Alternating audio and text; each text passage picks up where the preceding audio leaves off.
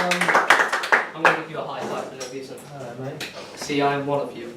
I mean, I wouldn't say when I'm up here I'm a god necessarily.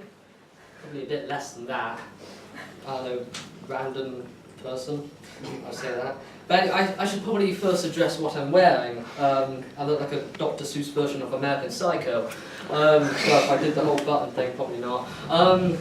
I don't know, I found this for £10 on Amazon, and I like the colour orange, so I just kind of bought it for no apparent reason.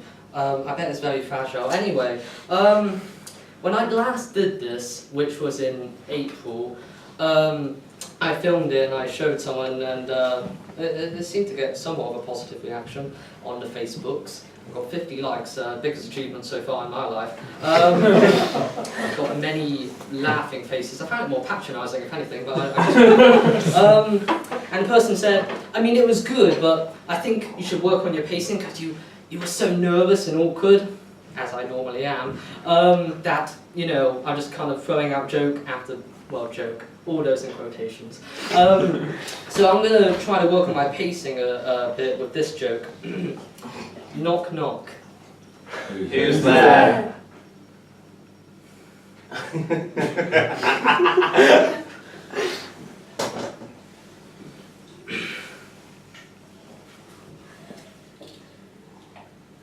Your mum. Your mum who? That was it. Moving on.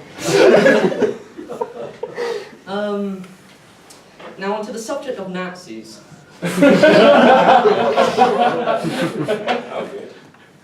Smooth transitions, me. Now, their beliefs are quite atrocious. I'm surprised they still exist in this world, but I tend to think about just random things, and for some odd reason, one thought came across my mind. I'm sure somewhere in this world, there's a nice Nazi. Like, I don't know, like if you think of this scenario, like there's two neighbours and like, oh hi Jerry, oh hi Tim, how are you, how's the wife and kids, oh they're doing fine, did you see that episode of Game of Thrones, oh yeah I did, by the way do you still hate Jews, yeah, anyway have a good day, wacky man, blowing bloody lawn afterwards, I can't bloody talk tonight, there you go, that was the Nazi subject aside, so hope you all enjoyed that. Anywho, one day, I wish, you know, if it ever gets to the point where a girl would like to go up to my room, which sounds, I'm sure with this 12-year-old looking face, you don't want to think about that scenario. I hope, now this isn't an innuendo, but I have a vast DVD collection, which I'm very proud of. It isn't an innuendo necessarily, I don't know how it can be, like, hey babe, I own a DVD version and a Blu-ray copy of the 1986 film Little Shop of Horrors, the Blu-ray version with the director's cut. Probably a really awkward wink. But you know, I wish I could like guide you up the stairs like Phantom of the Opera in all your fantasies. That's all for your musical theatre aficionados in the audience tonight. Which I guess there isn't many. Oh god.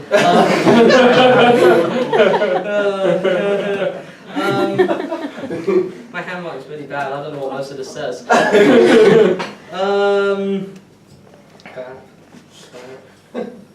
Here's one. Now a good comedian, he's so good he doesn't even need a notebook, he can make a joke out of like anything in the room, like someone could just point something out. So for instance, this is just on the spot, I'm just going to point something out in the room, I'm going to make a great joke out of it.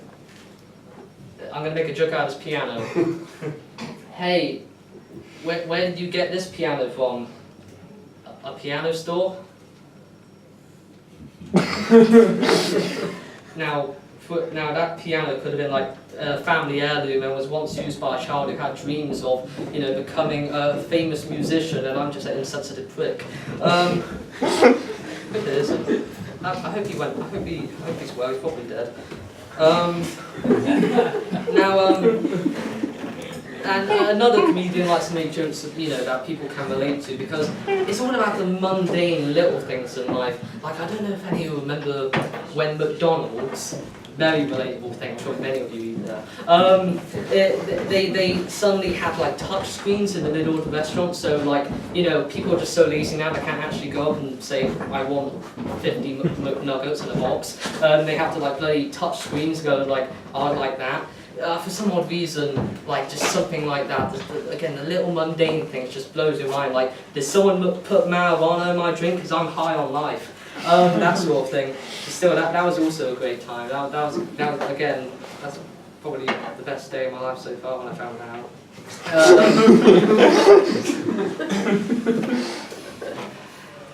Anyway,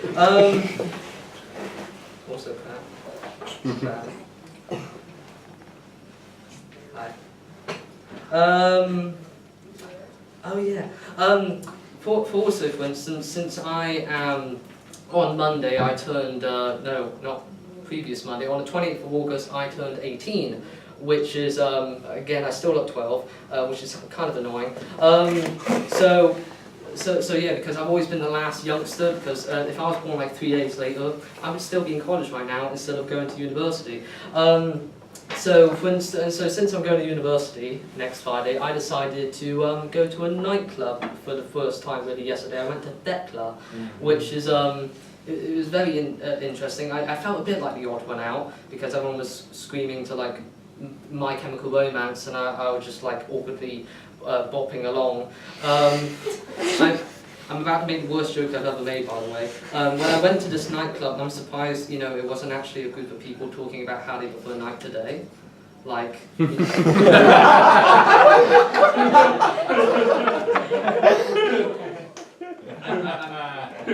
I prefer night, that's when the hours are awake. Day you have to do stuff, I hate that.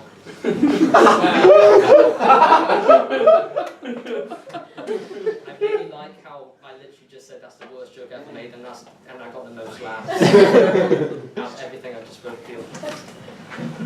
Oh, good thing I'm leaving school. Oh, that was a joke. It's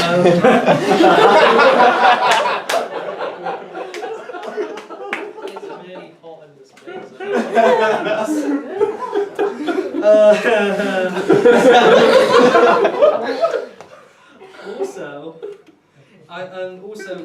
I find it kind of fascinating how someone like me that's so young could also be nostalgic of like, you know, like this, like even though you're 18, you're nostalgic as if you're 60. Like, I don't know, like compared to like a 60-year-old talking about like, I don't know, the times in World War II and like all the comrades they had, and then like you have an 18-year-old who, when they're 60, they're going to be nostalgic, like, hey dear, do you remember that Silent Night advert with the hippo and the little yellow bird?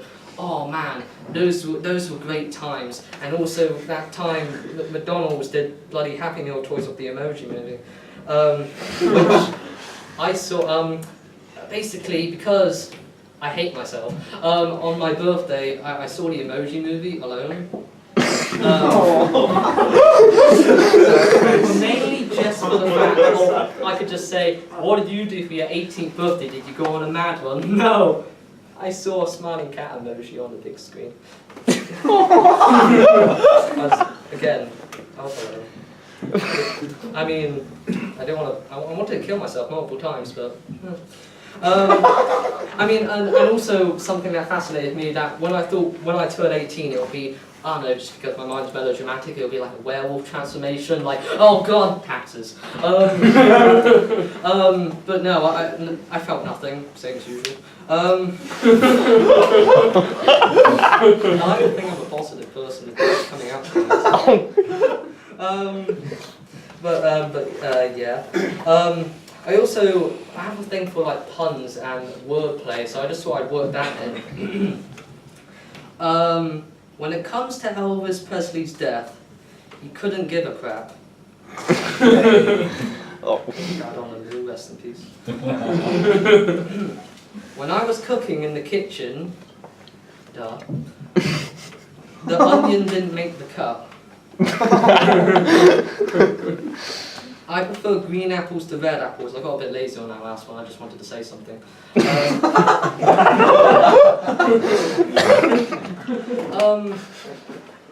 since at university I will be doing theatre and performance because I'm a pretentious twat, I also really like pantomimes. And you know how in pantomimes there get those audience sayings? I thought, how would that apply to a real life scenario? Like I imagine like if I was walking along in the street and suddenly like I don't know, a mugger came out with like wearing a tracksuit bottoms and a knife, and like the audience, like if there's a pretend audience there going boo, and suddenly he comes up to behind, he's walking up behind me, and suddenly no one's going like, he's behind you, and I'm like, what? And now suddenly I get stabbed in the stomach. I'm like, why didn't you say earlier? and suddenly I'm like, don't worry, I'm holding in the wound, I think I'm going to make it. And then the audience is like, oh no, you're not. Yes, I am. Oh no, you're not. What the hell is wrong with you people? I tarnished something as innocent to pantomime and made it about me getting shanked. Oh god. Something I also think about, because I watch way too many movies, so I have like high expectations of what life is like compared to movies. So every single summer for the past few years, I'm like, oh, I'm gonna have a movie like summer. I'm gonna have a summer romance. When I kiss her at midnight, there's fireworks behind me. I'm gonna be skipping pebbles by the lake, talking about our childhood and our aspirations and dreams. I'm gonna meet random people. I'm gonna change as a person. I mainly just sleep a lot. That's just depressing. But I think that's all the good jokes actually. Yeah, I mentioned the Nazis, didn't I?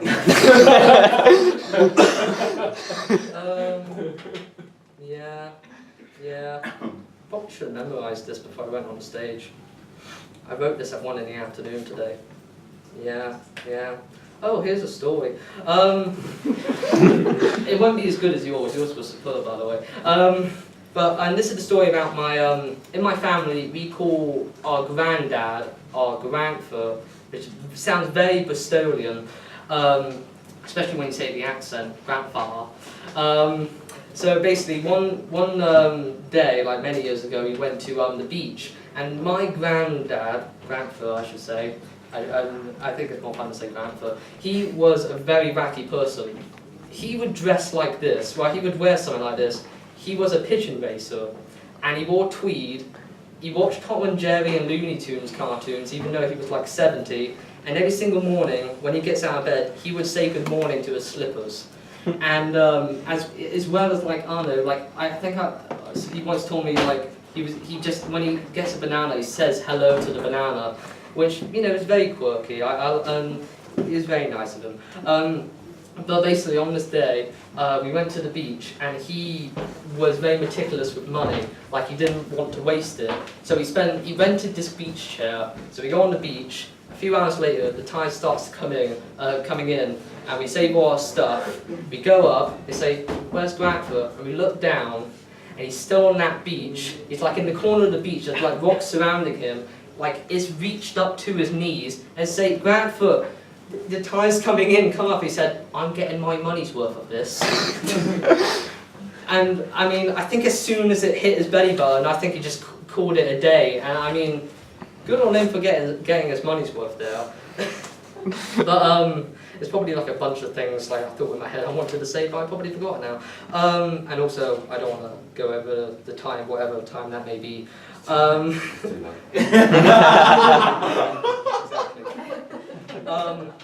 before I go, I mean, I just want to say that things like this, I'm saying this because even though I've only done this once, and it was in April, and I'm doing it right now, in about a week, I'm not going to be here till Christmas, like I said, I'm going to university.